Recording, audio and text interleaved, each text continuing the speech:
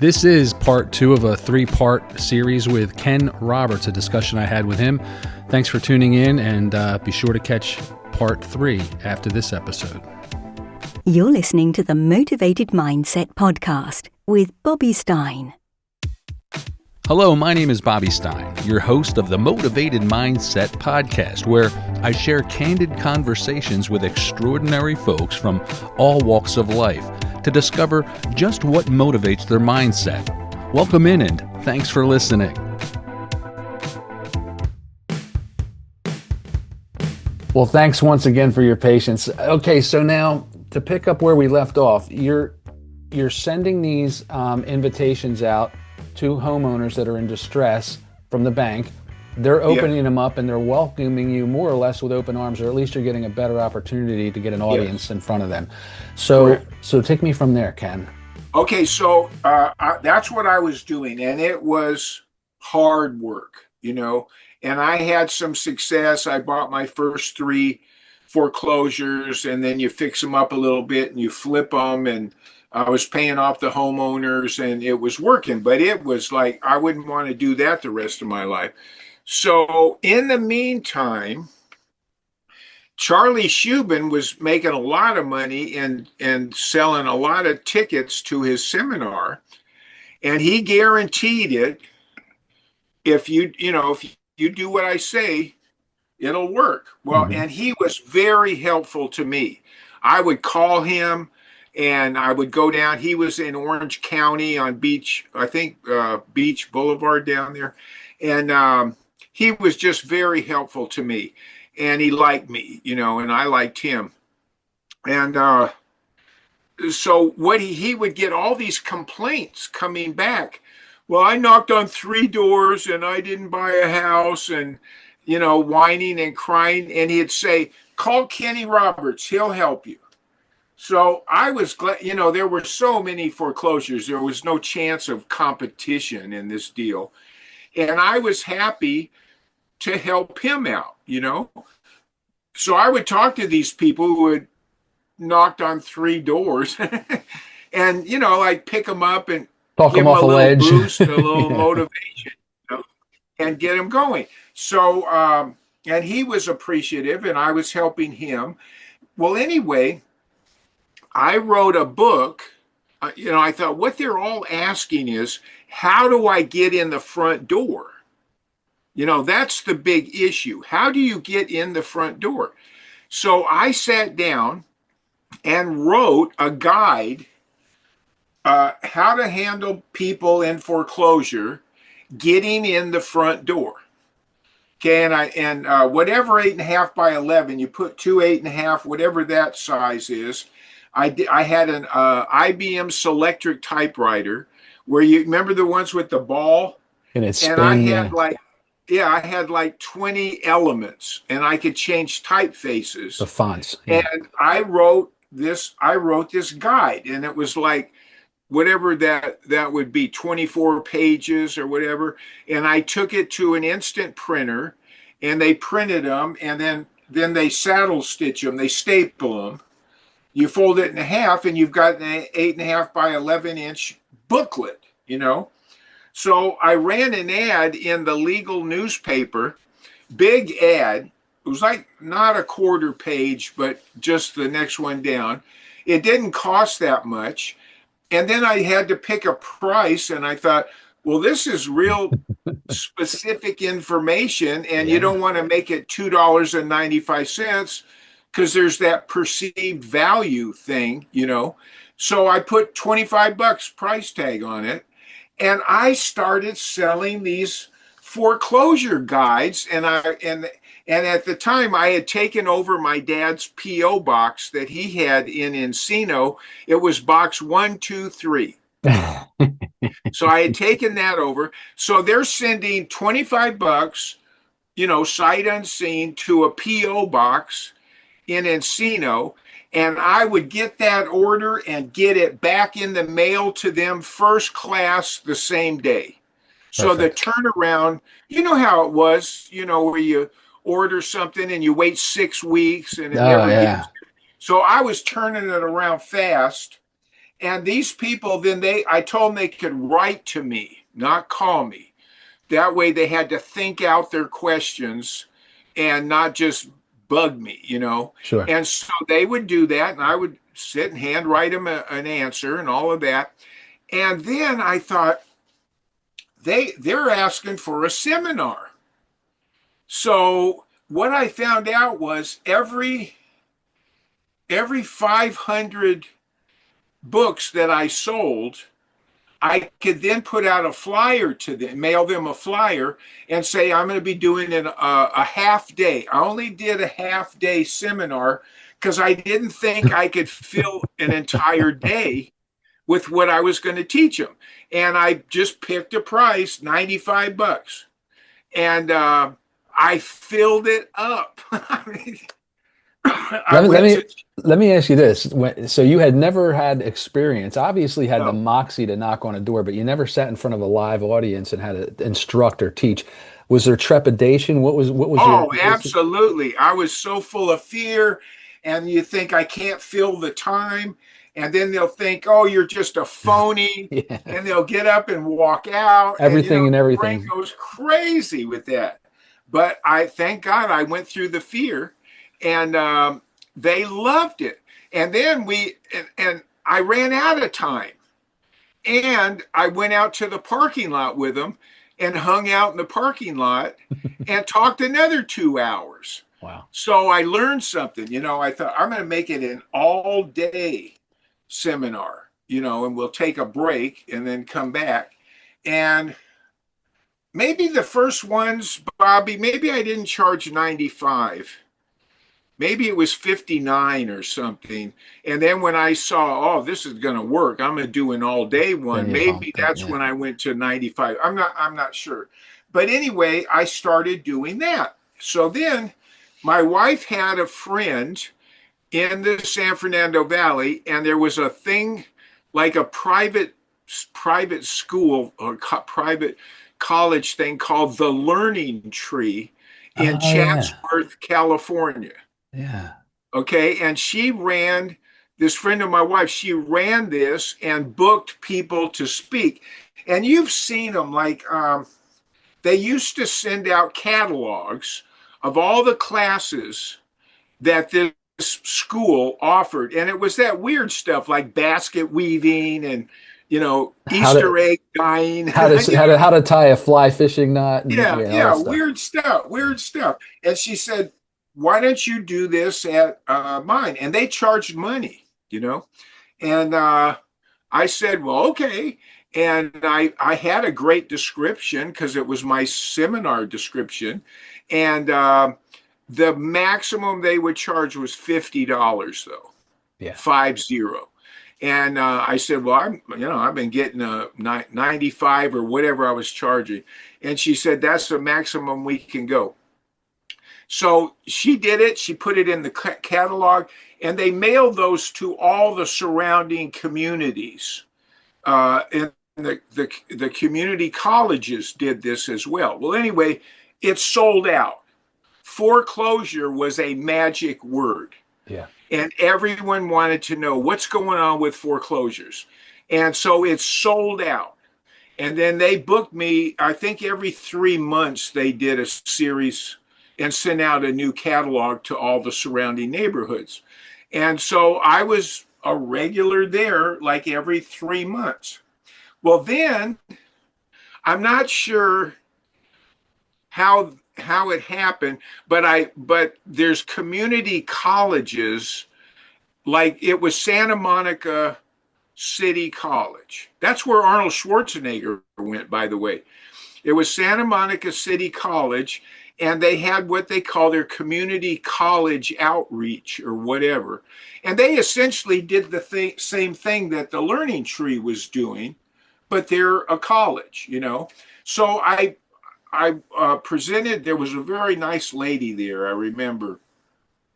And I said, this has been very successful in Chatsworth, and would you like me to bring it to your catalog? So she did. And they also, I think, limited it to $50. And then she told me about the California State University system. And there were 18 colleges in the California State University system, like, let's see, what was San Francisco State University, San Diego State University, and there's 18 of them. Okay. So I got into the one in San Diego, and it was a hit there. And by that time, the price went up to $95. Mm-hmm. And is it going okay? Yeah, I think we're good. Okay. And so it always sold out. It always sold out. So they loved me because, basket weaving didn't make any money for them. Yeah. I was the only one that was probably making money for them. Yeah. And I was working with almost all of the 18. And I would fly to, I would do a all day Saturday seminar. And so I would fly on Friday to San Jose, okay? And I do my thing on Saturday at the San Jose State University. And I was like in real estate show business. It was fantastic. Absolutely. And I got half the money. That's the deal with these colleges. Oh. So I got half of what the door brought in, okay? And then I can't think of his name now, but he had you remember those days of Robert Allen, Nothing Down? Yep. Remember Yep. all that Yep. stuff? I mean, it was a huge industry. It was a big movement. Yeah. Huge. And this one guy, Dave Glubitich, in the Bay Area of California, had Impact Publishing Company. And he produced tape sets and textbooks and seminars and all of that. And he approached me. In fact, it was a real estate columnist in the San Francisco newspaper, very well respected newspaper columnist. I forget his name, but he was very kind. And he had come to one of my seminars at the San Francisco University there. And he recommended me to this Dave Glubitich. So Dave said, I want to produce a book for you and a tape set.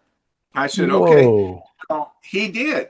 And then they had hundreds of thousands of people they mailed to by mail, Mm-hmm. and it sold very well.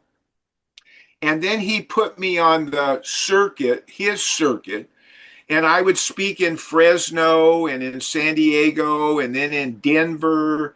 And I spoke on the East Coast one time. And, Bobby, I just was not good at standing up and pitching my product to a group of people. I just was not good at it. I mean, I can teach the deal. People like my enthusiasm and my honesty and all of that, but I could not, like the big ones, I can't think of their names now, but they were selling $360 kits, with tapes and books and blah, blah, blah, blah, blah. And I forget the names of the big sellers. Lowry Nickerson was a big team. And of course, Robert Allen and Carlton Sheets, was he one? Or all the big ones. Yeah, the big ones. And anyway, one time, and it was that meeting on the seminar on the East Coast, I was flying home late at night. I was always kind of down because I couldn't sell. They wouldn't go to the back of the room and buy my product. It was like I gave them too much information and not enough hype, right, or something. Well, you were transparent, and you gave them so much value, they didn't see the need to come back and go the extra mile. Yeah. So I would say, if nothing else, buy the $25 book and not the big package with the tapes and all of that. I said, if that's the least you should get, Well, then the big promoter told me, he says, don't tell them that, don't give them a cheap out, and I thought, that's the right thing to do.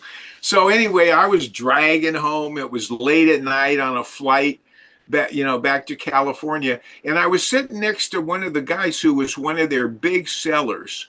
And Bobby, the more he talked, the more I realized everything he's saying is a lie. Mm. And he was worried about them cutting his power off when he got home to California. So he was fraudulent in that regard. Totally fraudulent. Wearing a mask. Yeah. Yeah. And I realized from what he was telling me, I realized that about many of them. And, and years later, a lot of them went bankrupt and they were nailed for fraud. Yeah. And stuff like that. Well, anyway, I remember that night. I still remember it. And I thought, I'm out of this. I don't want any part of this anymore. So I kept going to these local community colleges doing my seminars. Okay, so at one of them, it was back at the Learning Tree where I started all this. And these two ladies came up to me and said, do you get into tax advantages and stuff like that? And I said, no, that's not my deal. I don't know anything about it. And she said, well, you really need to talk to this man. And he was in Whittier, California. And he has like a sheltered program where you buy the house in this trust and you can do the whole deal and not pay any taxes on it. So I made an appointment and I went to Whittier and listened to this guy, and it sounded good. And then he said, do you have to head home? Can you stay for my next appointment, my next client? I think you'd like to meet him. I said, sure. So I stayed, and it turned out to be this California deputy sheriff and his partner. And they were managing a commodity fund they had a commodity fund, and some of this man's clients were investing in this commodity fund, and man, they were making profits like crazy. So I knew nothing about commodities, but I'd always heard about them. Yeah, yeah. And that they're wild and risky, and you may as well go to Las Vegas. And I'd heard all the negative stuff. Sure. And this guy, they were making money, and so as it turned out, he did come out. He did this part-time because he was a full-time LA County deputy sheriff, and he lived I had an office in North Hollywood, and he lived just a little ways away in Sylmar. And we hit it off, and he worked the night shift at it was called the Parker Center. It was a minimum security prison in Newhall, California. He did security stuff. Yeah, he worked the night shift. And so he could, as soon as he left work, real early in the morning, he could go start trading commodities. So he started coming to my office, and he would bring donuts, and I'd say, wow, you don't have to do this. He says, oh, the inmates make them. So I brought us a box, and I said, well, I don't know if I feel safe eating these things. It's like a little saw blade in there or something. If they know you took them, they might be trying to poison you or something. By proxy, I might get, yeah. Yeah. So he started teaching me commodities. Okay. So every time I did a seminar at these colleges, I would pass around a clipboard with a legal pad, and I said, look, I don't have anything to sell, but I do come across a lot of interesting things. And I have a mailing list of people who have been to this foreclosure seminar. And if you would like to be on that list, put your name and mailing address.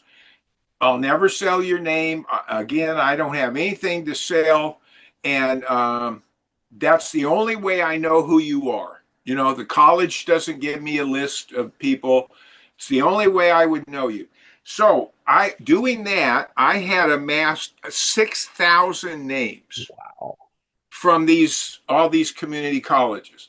And Brilliant. The more I learned about commodities, and then I got in, and I think I put $600 in to start. It was in cattle, and this guy's name was Mike, and he was teaching me this stuff.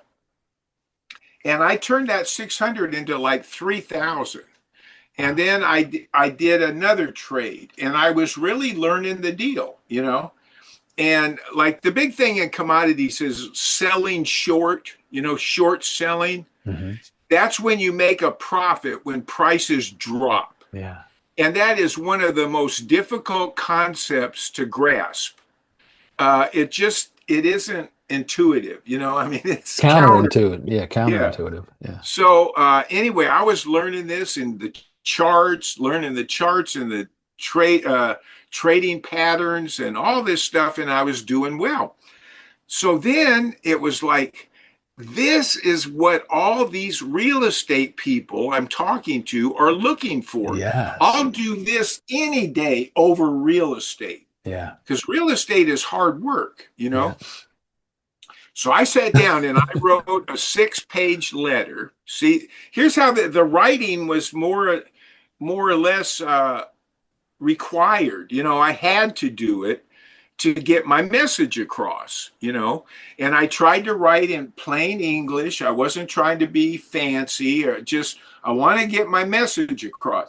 So I sent out this letter, and I figured, let's see, it was, I'm using my calculator. It was 6,000 people.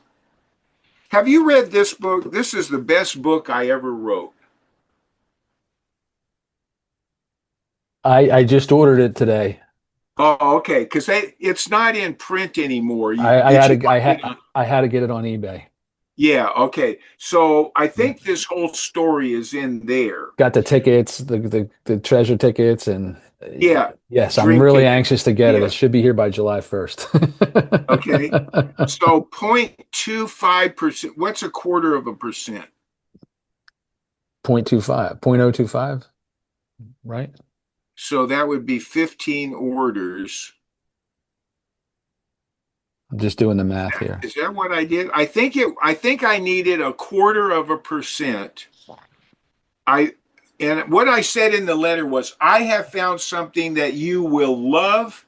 It's so much better than real estate. I'm doing it now, and I would love to teach you. And if there is enough interest from this letter, I will sit down and write a book, write the manual of what I've been doing. And so and then I just had to pick a number. So I said $200.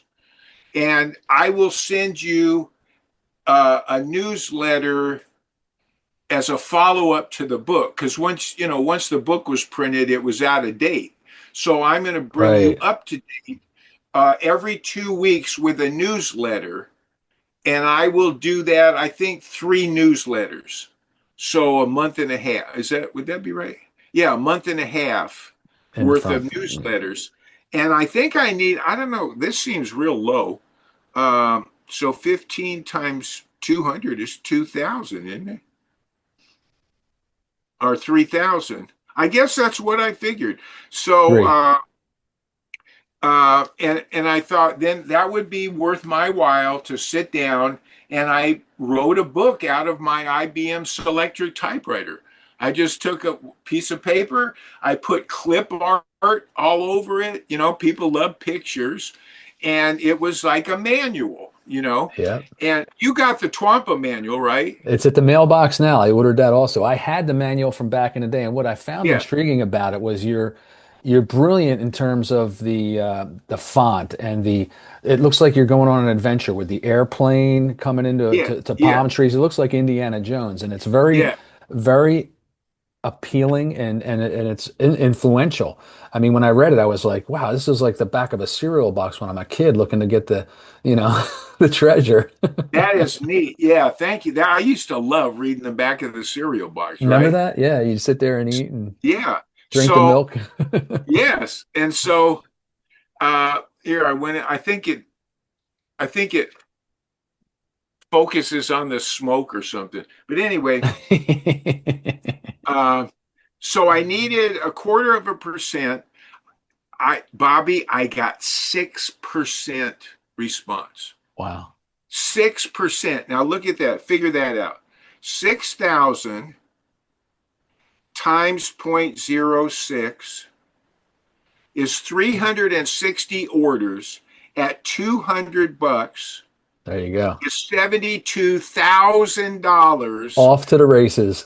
Yeah, and in those days, I don't think people who signed on with Random House or Simon and Schuster, We're I getting don't that. think they got 72,000 advance, you know? Right. And this So is I all sat down, self-published on your IBM. Yeah. yeah. That's amazing. So Wow. I don't know. That should clear up. It does this at AA meetings sometimes.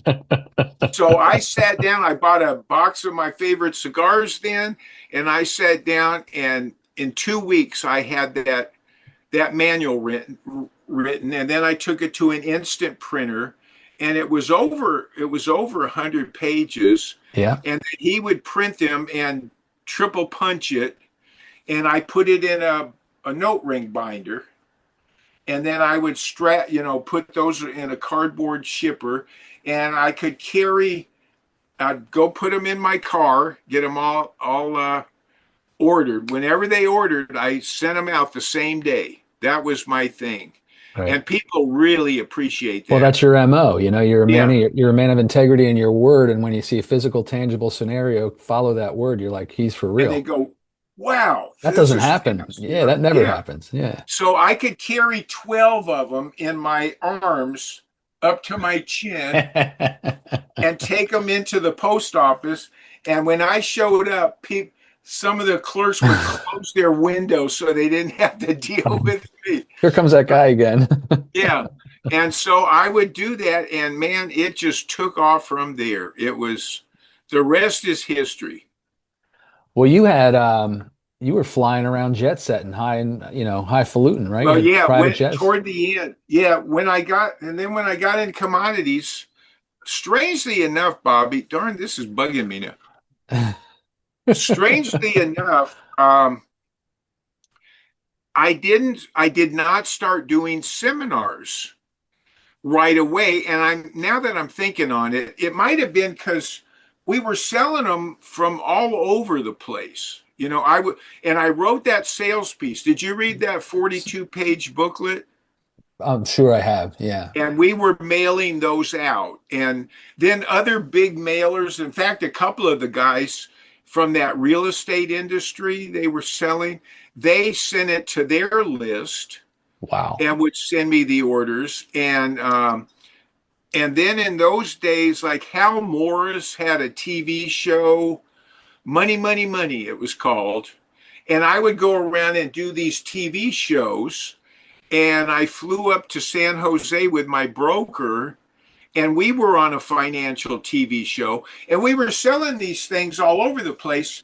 But I guess it wasn't concentrated enough to do a seminar, like in Southern California, you Hmm. know.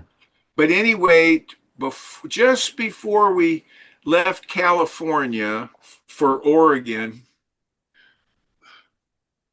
excuse me, let me take this. Bobby, can you pause it? Sure. I think. All right. Thank you, Bobby. Well, your screen cleared up as a result of that I phone know. call. So that must have been good. So it was just before we left California, I did a big seminar. We had enough people in the zip codes. You can go a couple of 100 miles around where your seminar is going to be and draw from that. And I had 42 employees at that time, and we were still booming. And when we got to Grants Pass, we had 200. Wow. That's how fast we were growing. Mm. And so I did a big seminar in Santa Barbara, and there were 400 people there. Mm. And when you charge $95 for 400 people, that's $40,000 for one day's work. A far cry from the $50 cap that you had in the real Yeah, estate exactly. Yeah. through the learning tree. Yeah. So when I got to Grants Pass, my son took over. He's brilliant. My son, I mean, he truly is brilliant. Yeah. And he had the highest score at Ojai High School in the physics exam in the history of that school. I don't know if Brilliant. it Yeah. still stands, but he just a genius, you know. Yeah. So he took over, and it's very complex. Of You make a matrix of who do you mail to. I mean, you rent mailing lists, see, and there's millions and millions of people on mailing lists, and you can get people who wear rings on their right hand, you know, whatever you want, people who pick their It's really, nose. really niched down. Yeah. Yes, and then you analyze the results, and you don't just mail. Let's say they have 100,000 bird watchers. You know, you don't mail 100,000 because it's too expensive. You mail 5,000, and then you analyze the results, and then you mail Just 10,000, testing it. Yeah. and you work into it. It is so intricate, but he was a whiz at this, and so anyway, he would, in fact, at one point, Bobby, he said to me, this was toward the end. He said, Dad, if you ever wanted to speak in front of 2,000 people, now's the time to do it. And I said, where would they be? Where could we get them? He said, Southern California. And Interesting. you can speak in front of 2,000 people. Isn't that something that he knew He that? could drill down with his And data and yeah, back into yeah. the number. That's Yeah, so incredible. that's when we started doing boardrooms. You know, we'd go into a city, we'd do the big get going seminar, which was $95. And then and in fact, Bobby, we learned so much. Like at first, I made those things free. It was free to come to that. All you had to do was buy my novel. Yeah. And you just show my novel at the This door, novel. Yes. and that's your ticket. And we had so many problems with that.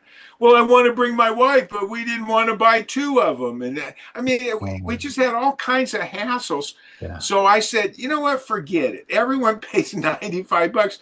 And then we had no issues. It separates the wheat from the chaff right off the Yeah, bat. Yeah. yeah.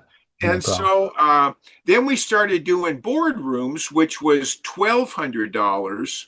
And there were like 25 people in a boardroom setting. And then my daughter kicked in and she started doing the boardrooms, and I upped it a notch to uh, I don't know what do we call those? It was 12 people with me, and it was $5,000. Wow.